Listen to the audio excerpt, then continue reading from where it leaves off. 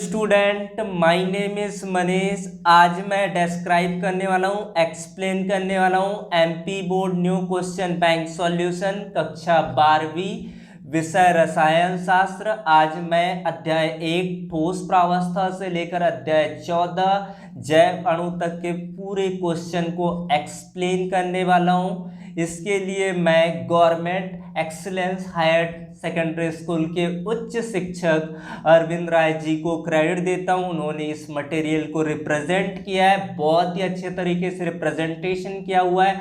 मैं उस रिप्रेजेंटेशन को आपको अपने लैंग्वेज में एक्सप्लेन करूंगा, तो इसके लिए मैं क्रेडिट देता हूं अरविंद राय जी को। अरविंद राय जी ने बहुत ही सराहनीय काम किए हैं, उसके लिए आप लोग उसको भी शुक्रिया अदा कमेंट बॉक्स के थ्रू बोल सकते हैं, इतना आप लोग कर सकते हैं। इसके पीडीएफ को स्टूडेंट टेलीग्राम चैनल के थ्रू डाउनलोड कर सकते हैं। टेलीग्राम चैनल पर लिंक दे दिया हूं, वहां पर जाकर इसके पीडीएफ को आप लोग डाउनलोड कर लीजिए और परीक्षा की तैयारी में जुट जाइए। आप लोगों के पास ज़्यादा समय नहीं बचा है, महज आपके पास 20 दिन का और समय है, जिसमें आपको बहुत सारी तैयारी करना है। मैंने मॉडल पेपर भी वहां पर अपडेट कर दिया, वहां पर आप जाकर विजिट कर लिए। बहुत सारे स्टडी मटेरियल मैंने वहां पर अपलोड किए हैं।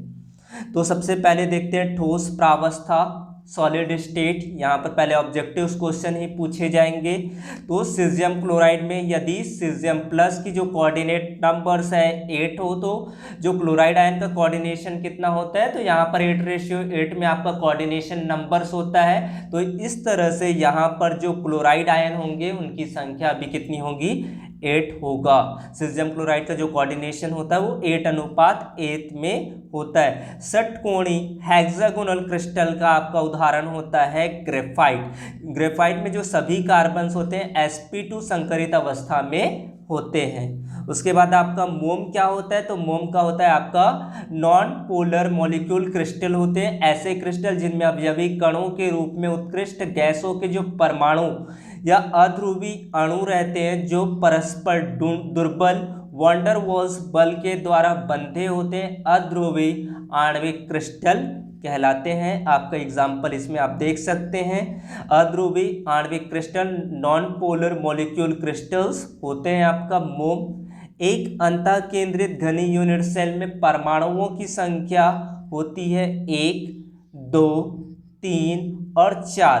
तो आपका 1/8 आपका कोनों पर होगा और एक केंद्र पर होगा। तो यहाँ पर जो कोनों पर होगा, कोनों पर का जो साझा होगा एक परमाणु का होगा 1/8 गुणा यानी कि 8, यानी कि 1, और एक आपका केंद्र पर पूरा होता है, तो आपका 2 परमाणु इसमें पार्टिसिपेट करेंगे। समचतुष्फलक सममिति के लिए जो रेडियस रेशियो की सीमा होता है वो कितना होता है आपका बच्चों, तो इसका आंसर आपका हो जाएगा 0.414 होगा।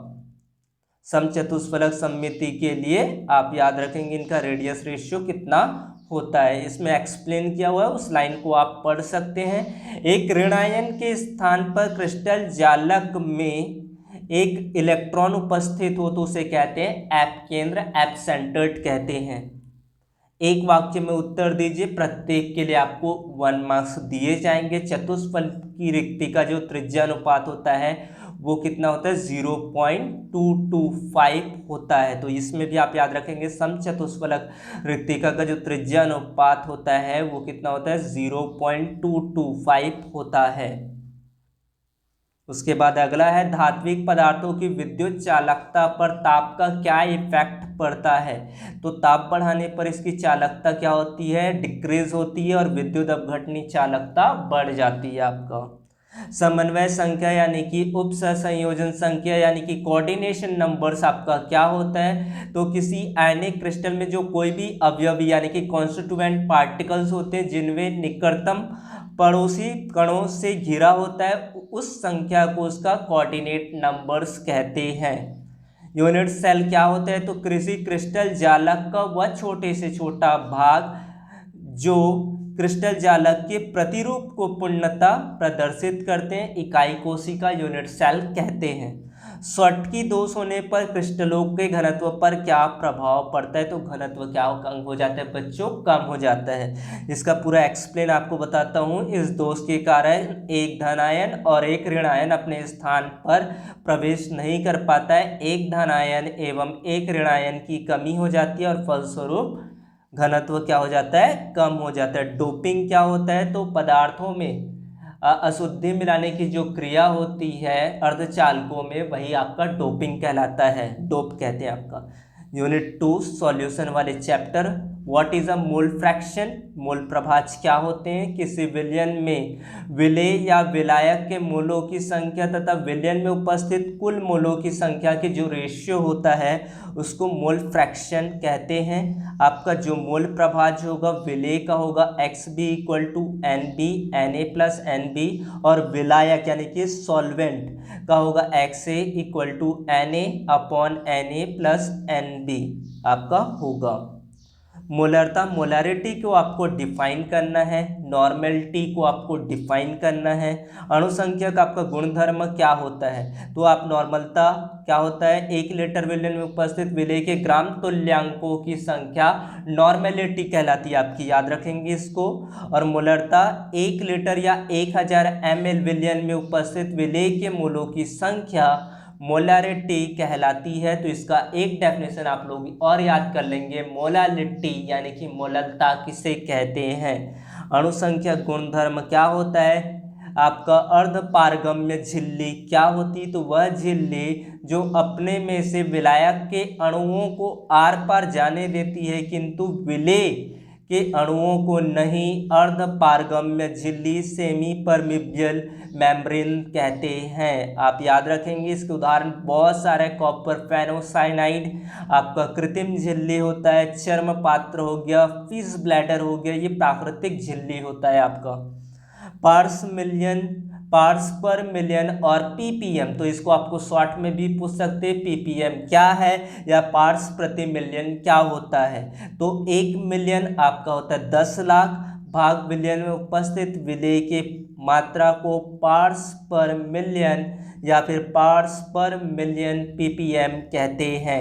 ppm इक्वल टू होता है विलेय का द्रव्यमान WB, विलयन का द्रव्यमान W इंटू आपका 10⁻⁶। उसके बाद परासरण दाब समपरासरी विलयन किसे कहते हैं? तो परासरण यानी कि ऑस्मोसिस क्या होता है? तो परासरण को एबोनोलेट ने परिभाषित किया, विलयन के विलायक से अर्ध पारगम्य झिल्ली द्वारा पृथक रखने पर विलायक के अणुओं का झिल्ली में से होकर विलयन की ओर स्वतः प्रवाह की घटना आपका परासरण कहलाता है, ऑस्मोसिस कहलाता है। ऑस्मोटिक प्रेशर क्या होते हैं? तो किसी विलयन को विलायक से अर्ध पारगम्य झिल्ली द्वारा पृथक रखने पर परासरण की क्रिया को रोकने के लिए जो बाह्य प्रेशर लगाते हैं उसको परासरण दाब कहते हैं। आइसोटोनिक सॉल्यूशन क्या होता है? आपका समपरासरी विलयन किसे कहते हैं? ऐसे विलयन जिनके परासरण दाब इक्वल्स होते हैं समपरासरी विलयन कहलाते हैं। ऐसे विलयनों का मोलर सांद्रण समान होता है और इनमें परासरण की क्रिया नहीं होता है। तो WA/MA इक्वल टू WB/MB आपका उदाहरण है 0.85% NaCl विलयन रक्त सीरम के सापेक्ष समपरासरी होता है। आदर्श विलयन और अनादर्श विलयन के अंतर आप डिफरेंस अच्छे से आपको पता होगा। राउल्ट के नियम का पालन करता है, अनादर्श विलयन राउल्ट के नियम का पालन नहीं करता है। एंथैल्पी और आयतन का परिवर्तन नहीं होता है जबकि एंथैल्पी आयतन का परिवर्तन होता है, और इसमें आपेक्षित वाष्प दाब के बराबर होता है जबकि आपेक्षिक वाष्प दाब से कम होता है। शुद्ध जल की आपको मोलरता कैलकुलेट कर लेना है। परासरण दाब क्या है? परासरण और विसरण में आपको अंतर दर्शाना है। उसके बाद आपका हेनरी का नियम लिखिए और उसके एप्लीकेशन को आपको लिखना है। मोस्ट आईएमपी प्रश्न है, गैसों में द्रव की विलेयता पर दाब के प्रभाव को समझाने के लिए अंग्रेज वैज्ञानिक यानी कि हेनरी विलियम ने एक नियम का प्रतिपादन किया। तो ये इसके अनुसार स्थिर टेम्परेचर पर किसी विलयन में विलेय गैस की मात्रा उसके दाब के क्या होता है, डायरेक्टली प्रोपोर्शनल होता है, समानुपाती होता है। माना कि विलेय गैस की मात्रा m व प्रेशर आपका क्या है, p है, तो m डायरेक्टली प्रोपोर्शनल p, और डायरेक्टली प्रोपोर्शनल साइन को हटाने के लिए एक आपको कांस्टेंट लेना पड़ेगा। तो यहाँ पर होगा m इक्वल टू के एच, जहाँ पर के एच होगा हेनरी कांस्टेंट। एप्लीकेशन आप याद कर लेंगे अच्छे से, बहुत सारे एप्लीकेशंस होते हैं। उसके बाद इलेक्ट्रोकेमिस्ट्री से आपके 5 मार्क्स के क्वेश्चन विद्युत रसायन से पूछे जाएंगे। कोलरास का नियम आपको सिर्फ डेफिनेशन को बताना है, कोलरास के नियम क्या होते हैं। तो किसी विद्युत अपघट्य की अनंत अनुता पर तुल्यांकी या मोलर चालकता का मान उसमें उपस्थित धनायन तथा ऋणायन की अनंत अनुता पर तुल्यांकी या मोलर चालकताओं के योग के बराबर होता है। बच्चों आप लोग याद रखेंगे lambda m2 infinity equal to lambda h, lambda plus infinity plus lambda minus infinity होता है। उसके बाद ये न्यूमेरिकल प्रॉब्लम्स है, इसको अभी समझा नहीं पाऊंगा, आपको अच्छे से एक वीडियो में अच्छे से एक्सप्लेन करूंगा इसकी न्यूमेरिकल प्रॉब्लम्स को। मानक हाइड्रोजन इलेक्ट्रोड को आपको सचित्र वर्णन करना है। तो इसके अगर पूरे चीज़ों को आप देखना चाहते हैं विस्तार से, इसके पीडीएफ को आप लोग डाउनलोड करना चाहते हैं तो टेलीग्राम चैनल को ज्वाइन कर लीजिए। टेलीग्राम चैनल का लिंक आपको डिस्क्रिप्शन में मिल जाएगा, या फिर आप सर्च कर सकते हैं MPC माँ परमेश्वरी कोचिंग क्लासेस। आपको बहुत ही जल्द मैं टेलीग्राम चैनल का लिंक डिस्क्रिप्शन के थ्रू प्रोवाइड कर दूंगा। तो thanks you for watching video, please subscribe here, thank you.